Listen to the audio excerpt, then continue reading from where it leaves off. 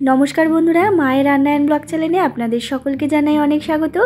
আজকে আবারও হাজির হয়ে গেলাম দুর্দান্ত স্বাদের রেসিপি নিয়ে।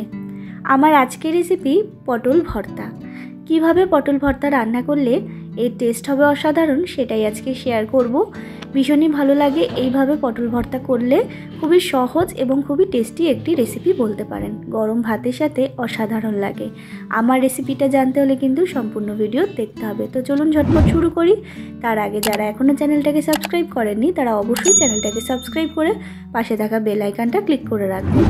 তো এখানে প্রথমেই নিয়েছি পটল, খুবই অল্প পরিমাণ নিয়েছি, দেখতেই পাচ্ছেন। আপনারা আপনাদের পরিমাণ মতো নিয়ে নেবেন। আর নিয়েছি একটা টমেটো আর একটা রসুন। এবার পটলটাকে কিন্তু আমি কেটে নেব, দুটো মাথা কেটে নেব। তারপরে পটলের গাটাকে একটু একটা ছুরির সাহায্যে একটু ছুলে নেব।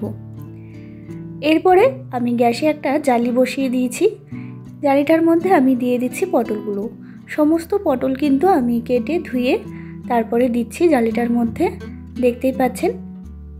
সমস্ত পটলগুলো আমি দিয়ে দিলাম। এরপরে রসুন আর টমেটোটাও কিন্তু আমি দিয়ে দেব।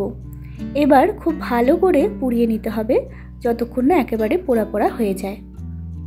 তো দেখুন বন্ধুরা, একেবারে পোড়া পোড়া হয়ে গেছে। খুব ভালো মতো কিন্তু সমস্ত সবজি পুড়ে গেছে, মানে পটল, রসুন এবং টমেটো সবই পোড়ানো হয়ে গেছে। এরপরে আমি তুলে নিচ্ছি, দেখতেই পাচ্ছেন। এই রকমভাবে পটল ভর্তা রান্না করলে কিন্তু এর টেস্ট অসাধারণ হয়, আমি আগেই বলেছি। এরপরে কিন্তু আমি কয়েকটা শুকনো লঙ্কাও পুড়িয়ে নেব। এরপরে আমি গ্যাসে একটি ফ্রাই প্যান বসিয়ে দিয়েছি, তার মধ্যে দিয়ে দিলাম পরিমাণ মতো সর্ষের তেল। আমি এখানে সর্ষের তেলেই করছি, আর যে কোনো ভর্তা সর্ষের তেলে করলেই কিন্তু এর টেস্ট ভালো হয়। তারপরে সর্ষের তেলটা গরম হয়ে গেলে দিয়ে দিতে হবে এখানে কিছু চিংড়ি মাছ। আমি এখানে অল্প পরিমাণই দিচ্ছি। আমি আগে থেকেই চিংড়ি মাছটাকে লবণ আর হলুদ মাখিয়ে রেখে দিয়েছিলাম, সেটাই দিয়ে দিলাম। আপনাদের কাছে যদি চিংড়ি মাছ না থাকে তাহলে সেটা নাও দিতে পারেন, তবে যে কোনো ভর্তাতেই একটু চিংড়ি মাছটা দিলে কিন্তু এর টেস্টটা ভালো লাগে। এবার চিংড়ি মাছটা হালকা করে ভেজে তুলে নিয়েছি। আর চিংড়ি মাছ কিন্তু খুব বেশি ভাজার দরকার নেই, তাহলে কিন্তু শক্ত হয়ে যায়। এদিকে পটলটা ঠান্ডা হয়ে গেছে। তারপরে পটলের গায়ে যে কালো কালো মানে পোড়াগুলো আছে সেগুলো কিন্তু আমি ভালো করে ছাড়িয়ে নিচ্ছি। ঠিক সেম প্রসেসেই সমস্ত পটল ছাড়িয়ে নেব। আর রসুনটাকেও কিন্তু আমি সেমভাবেই ছাড়িয়ে নেব। আর রসুনটা পোড়ালে কিন্তু বেশ নরম হয়ে যায়, দেখতেই পাচ্ছেন। এরপরে টমেটোটাও আমি ছাড়িয়ে নিচ্ছি। সমস্ত কিছু কিন্তু ছাড়ানো হয়ে গেছে, মানে পটল, টমেটো আর রসুন সমস্ত কিছু ছাড়ানো হয়ে গেছে। এরপর কিন্তু আমি শুকনো লঙ্কাগুলো একটুখানি বোটাগুলো ছাড়িয়ে নিচ্ছি। তারপর নিয়েছি একটা মিক্সিং জার। এখানে আপনারা মিক্সিং জারেরও ব্যবহার করতে পারেন, কিংবা আপনারা চাইলে কিন্তু এখানে শিলনোড়ারও ব্যবহার করতে পারেন।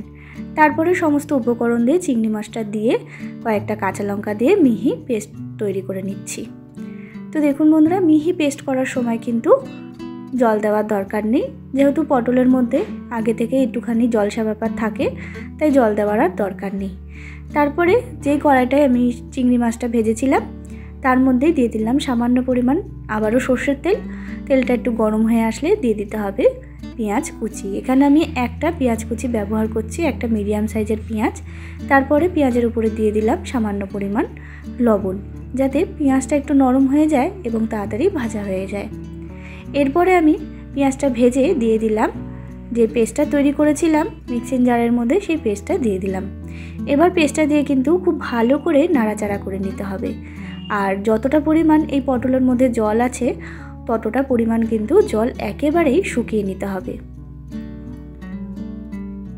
তো দেখুন বন্ধুরা, আমি কিন্তু অনেকটা পরিমাণই জল শুকিয়ে নিয়েছি পটলের থেকে। আমাকে কিন্তু আরেকটু পরিমাণ জলটা শুকিয়ে নিতে হবে। আর এই ভর্তাটায় যতটা পরিমাণ জল শুকানো যায় ততটাই কিন্তু ভালো লাগবে খেতে। তো দেখুন বন্ধুরা, আমি আরও কিছুক্ষণ পর ফিরে আসলাম। একেবারেই কিন্তু জলটা শুকিয়ে গেছে, পটলের মধ্যে যে জলসা ব্যাপারটা থাকে সেটা কিন্তু একেবারে শুকিয়ে গেছে। আমার কিন্তু একেবারে রেডি হয়ে গেছে এই পটল ভর্তা রেসিপি। এরপর গরম গরম আমি সার্ভ করে দিচ্ছি। এইরকমভাবে বাড়িতে একবার হলেও পটল ভর্তা বানিয়ে দেখবেন, কি অপূর্ব লাগে যে খেতে, আপনারা না খেলে বুঝতে পারবেন না। গরম ভাতের সাথে এক কথায় জাস্ট অসাধারণ।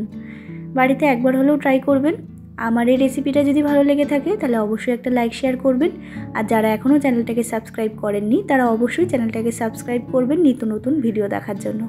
যে সকল বন্ধুরা আমার চ্যানেলটাকে সাবস্ক্রাইব করে আমার পাশে আছেন তাদেরকে জানাই অসংখ্য ধন্যবাদ। এইভাবেই পাশে থাকবেন, সাথে থাকবেন।